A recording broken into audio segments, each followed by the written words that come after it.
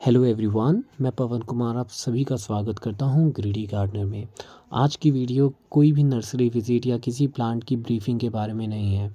और during this video जो मैं अपने साथ एक अनफॉर्चुनेट इवेंट हुआ है उसको जब मैं बताऊंगा, मैं आपको अपने गार्डन की एक झलक भी दिखाऊंगा। आप वो बस देखिए, लेकिन जो इम्पोर्टेंट चीज़ है वो मेरी बात सुनते रहिएगा। ये बात है कल की। कल तारीख थी 22 मार्च। मैं गया था समयपुर बादली नर्सरी मार्केट में, वहाँ से अपने लिए वर्मी कंपोस्ट और पॉट्स ख़रीदने। मैंने ऑनलाइन रोज़ ख़रीदे थे, उसके लिए मुझे ये सब चाहिए था। मेरे पास जो मेरा रेगुलर मोबाइल है जो मैं यूज़ करता हूँ, उसकी स्टोरेज फुल थी 256 GB। 6 महीने ही हुए थे उस फ़ोन को लिए हुए, वो मेरे साथ था। लेकिन स्टोरेज फुल थी तो मुझे घर से एक और फ़ोन लेना पड़ा जिससे ताकि मैं रिकॉर्ड कर सकूं। और ये जो मैं आपको बस स्टैंड का एरिया दिखा रहा हूँ, ये वही एरिया जहाँ पर ये इवेंट हुआ है। ये मैं अपने घर वाले फ़ोन से रिकॉर्ड कर रहा हूँ। प्रॉपर अच्छे से रिकॉर्ड करा है मैंने हर एक चीज़। यहाँ पर क्या हुआ कि मेरे पीछे एक बच्चा खड़ा हुआ था तकरीबन 19 से 20 साल का, और मेरे बाएं ओर खड़ा हुआ था एक आदमी 30-32 साल का। और मैं जैसे रिकॉर्ड कर रहा हूँ ना ब्लॉग बनाते टाइम ना, मैंने उस बच्चे को देखा, वो घबराया हुआ, और उसने ना इशारों में ना, एक आंखों से इशारा होता है ना, ऐसे ऐसे करना अजीब अजीब तरीके से। तो वो मैंने देखा होता हुआ, और मैंने उस आदमी को देखा, वो सिगरेट पी रहा था, खाली हाथ खड़ा था। मेरे माइंड में एक रैशनल थॉट आया कि यार इशारे कर रहे हैं, that means they know each other. और अगर ये दोनों एक दूसरे को जानते हैं तो ये इतनी दूरी पर क्यों खड़े हैं। मैं अगर अपने दोस्त से इशारे में बात करूं तो मैं तो उसके पास जाके बात करूंगा। दूरी पे खड़े होकर इशारे कर रहे हैं, that means they are thief, ये चोर हैं। इस चीज़ की भनक भी मुझे लग गई कि ये चोर हैं। मैं इनसे दूर भी हो गया। उसके बाद भी मेरे साथ एक इवेंट हो ही गया। मेरी बहन का फ़ोन आया कि आप कहाँ पर हो। मैंने कहा कि मैं बस, मेरी बस आने वाली है, मैं अब निकलने ही वाला हूँ। यूजुअली मैं ऑटो ले लेता हूँ, ई रिक्शा या मेट्रो से जाता हूँ, लेकिन आई डिसाइडेड कि बस 10 रुपये में पहुँचा देगी, सस्ती है, चलो इसी से चल लेते हैं आज। जैसे ही बस आई टर्मिनल पे, मैंने बस की तुरंत फ़ोटो खींची अपनी सिस्टर को भेजने के लिए कि देख जस्ट बस आ गई है, मैं बस पहुंचने वाला हूँ। मैंने फ़ोटो खींची, मैंने अपने फ़ोन को जेब में रखा, जो मेरा रेगुलर वाला फ़ोन था उससे फ़ोटो खींची, उसको राइट साइड की पॉकेट में रखा, और मैंने बस में एंट्री करने के लिए पाँव अंदर बढ़ाया और अंदर घुसा। अंदर घुसते टाइम मुझे ऐसा लगा कि ना कोई मेरे साथ एंटर कर रहा है, लेकिन जब मैं अंदर घुसा ना, मेरे साथ कोई भी नहीं था अंदर। मैंने कंडक्टर को जाते के संग पैसे दिए, और मेरा हमेशा हाथ मेरे पॉकेट पे जाता है कि फ़ोन चेक करूँ कि है कि नहीं। और मैंने तुरंत चेक करा, मेरा फ़ोन नहीं था। आप समझिए 1 मिनट के अंदर मुझे पता चलेगा कि मेरा फ़ोन चोरी हो गया है। मैंने बस में एक भैया से बोला फ़ोन मिलाओ, तो उन्होंने फ़ोन मिलाया, रिंग गई। दूसरी बार मिलाया तो रिंग बंद हो गई, स्विच ऑफ हो गया फ़ोन। मुझे समझ नहीं आया, मैं थोड़ा पैनिक भी हो रहा हूँ कि क्या हो गया क्या हो गया। मैंने बस वाले को कहा कि प्लीज़ आप रुको। बस मुश्किल से 300 मीटर्स आगे मूव हुई होगी, मैं उतर गया। अब पीछे जाने का सवाल नहीं, क्योंकि जिसने भी चुराया है वो वहाँ नहीं रुका होगा, वो भाग लिया होगा। फिर मैंने वहाँ पे एक पान वाले की दुकान थी, एक बच्चा था तकरीबन 15 या 13-12 साल का, बहुत छोटा सा बच्चा। तो आई रिक्वेस्टेड हिम कि प्लीज़ आप मुझे अपना फ़ोन यूज़ करने दो। और मेरे पास ऑलरेडी एक फ़ोन है, उसको दिख रहा है। उसने कहा भी कि आपके पास तो ये फ़ोन है। मैंने कहा ये मेरा घर का फ़ोन है, इसमें कोई सिम नहीं है, कुछ नहीं है, it just for the camera and recording thing. तो मैंने उसके फ़ोन से अपने घर पे ट्राई करा, फ़ोन नहीं मिला। मैंने अपनी सिस्टर को व्हाट्सएप पे उसी के फ़ोन से अपनी फ़ोटो भेजी पहले, ताकि उसको ये ना लगे कि कोई उल्लू बना रहा है। उसके फ़ोन से अपनी फ़ोटो खींची, ऑडियो रिकॉर्ड करके भेजी कि मेरा फ़ोन चोरी हो गया है, मेरे सारे कॉन्टैक्ट्स जितना भी डेटा है सब उसमें है। आप यूपीआई, पेटीएम जो भी है, वोडाफ़ोन, जियो, सारा का सारा बंद करवाओ। तो उसने ये काम करा। मैं यहाँ से घर पे पहुँचा। अब घर पे पहुँचा तो मेरे लिए बहुत डिफ़िकल्ट था अपने घर में बोलना कि मेरा ये फ़ोन खो गया है, क्योंकि फ़ोन को लिए हुए ही 6 महीने थे।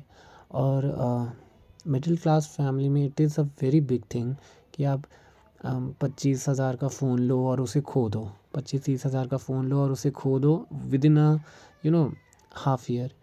तो मेरे लिए बहुत डिफ़िकल्ट था। मैंने अपनी सिस्टर को बोला था कि अभी घर में किसी को मत बताइए, because I had the hope कि मेरे को मिल जाएगा फ़ोन।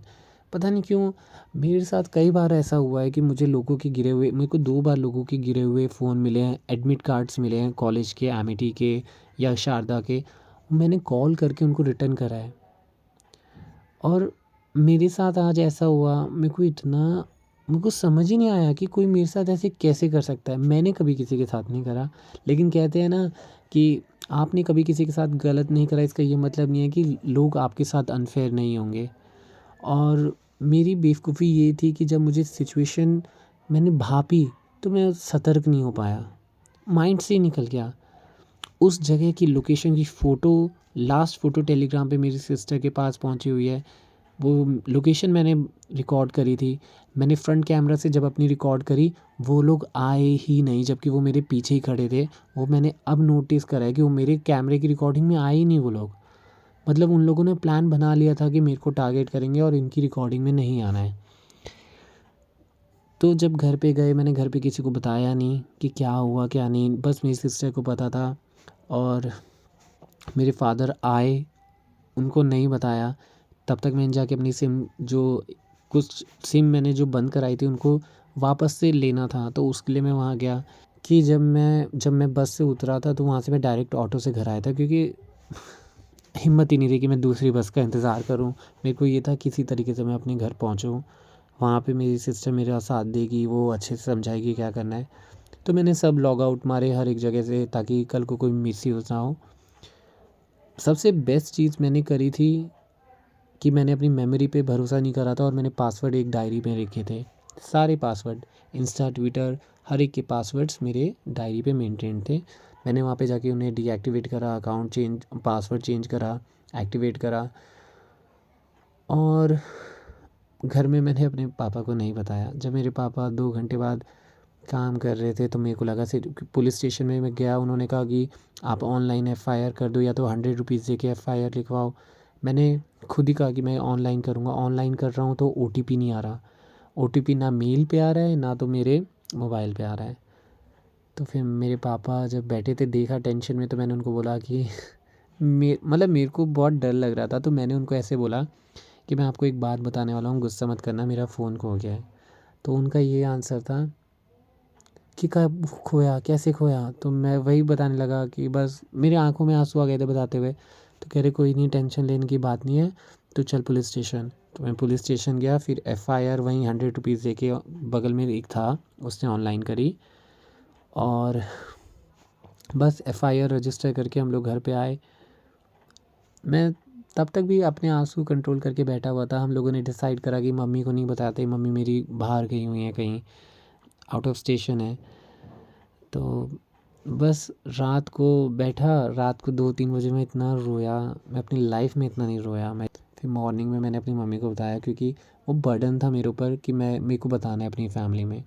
ऐसा नहीं होना चाहिए कि नहीं बताया। बस मैं आप लोगों को यही कहना चाहूँगा कि ना, आप सतर्क रहें। और उन लोगों से जो ये चोरी करते हैं ना, आई हेट दोज पीपल। मेरे को समझ नहीं आ रहा मैं एक ऐसी कौन सा, मतलब क्या उसे कर्स करूं जिस बंदे ने चोरी करी है। आप अपनी मेहनत का कमाओ, मेहनत का खाओ। पूरी दुनिया मेहनत का खा रही है, कमा रही है। चोरी का करके क्या मिलता है? पता है, प्रॉब्लम ये नहीं है कि मेरा फ़ोन ही खोया है, उसमें वीडियोस, डेटा, जो मैंने गार्डनिंग कंटेंट को लेके कम से कम 6-7 वीडियो बना के रखी हुई थी, वो सारी गई। मेरे फ़ोटोज़, एल्बम्स, कॉलेज टाइम की फ़ोटोज़, वो सब की सब गायब। उनका कोई बैकअप नहीं था। अब मेरे को इतना अफ़सोस हो रहा है। प्लीज़ आप लोग ध्यान रखें कि जब आप ऐसी जगह जाते हैं, तो आप अकेले ना जाएं। आप किसी को साथ में रखें, कोई दोस्त हो, कोई बड़ा हो। क्योंकि फिर 2 लोग होते हैं ना, तो सामने वाले की हिम्मत नहीं होती। वो तो शुक्र है चलो उसने फ़ोन ही लिया, लेकिन अब मेरे को ये है कि मेरा डेटा मिसयूज़ ना हो जाए। और अब मैं क्या ही बोलूँ, अब मेरे पास वर्ड्स नहीं है। जस्ट कि मैंने आपको ये बातें बताई हैं ताकि आप लोग भी थोड़ा अवेयर रहें। और अगर कोई ऐसा करता है, तो प्लीज़, अगर सुन रहा है ना, तो ये हरकतें ना करें। आप किसी बंदे का फ़ोन लेके बेचोगे, मुश्किल से 7,000 10,000 रुपये लोगे, लेकिन आप उस जिसका फ़ोन चोरी कर रहे हो उसके ऊपर इतना बुरा इम्पैक्ट डालते हो। उसकी मेमोरीज़ होती हैं। मेरी सिस्टर के बच्चों की फ़ोटोज़ थी, वीडियोज़ थी, मेरी कॉलेज डेज़ की फ़ोटोज़ वीडियोज़ थी, जो किसी के पास नहीं थी। अब वो मेरे पास है ही नहीं। मेरी लाइफ के इतने इंपॉर्टेंट ब्यूटीफुल मोमेंट्स वो सब गए उस फ़ोन के साथ। आप प्लीज़ कभी ऐसा मत करो। अगर आप किसी और का सामान चुराते हो ना, it's not a good thing. और याद रखना कि आपको आपके कर्मों की सज़ा इस नहीं तो अगले जन्म में मिलेगी, लेकिन मिलेगी ज़रूर। बस यही था। और आई एम सो सॉरी, मैंने ये पर्सनल चीज़ वेंट आउट करी, ये शेयर करा आप लोगों के साथ। मैं बहुत ज़्यादा डिस्टर्ब हो चुका था। मुझे था कि अब मैं कुछ करूँगा ही नहीं, मैं कोई वीडियो नहीं बनाने वाला, मैं कुछ नहीं करूँगा। भाड़ में गई ये सब चीज़ें, मेरा इतना बड़ा नुकसान हो गया। लेकिन मुझे नहीं पता, बस मैंने आपको इन्फॉर्मेशन देने के लिए यही बताया था। आप लोग अपना ध्यान रखें।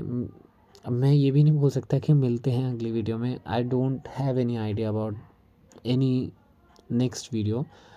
Till then take care. और कहते हैं ना, सतर्क रहिए, सावधान रहिए। बिल्कुल भाई। Bye guys, take care.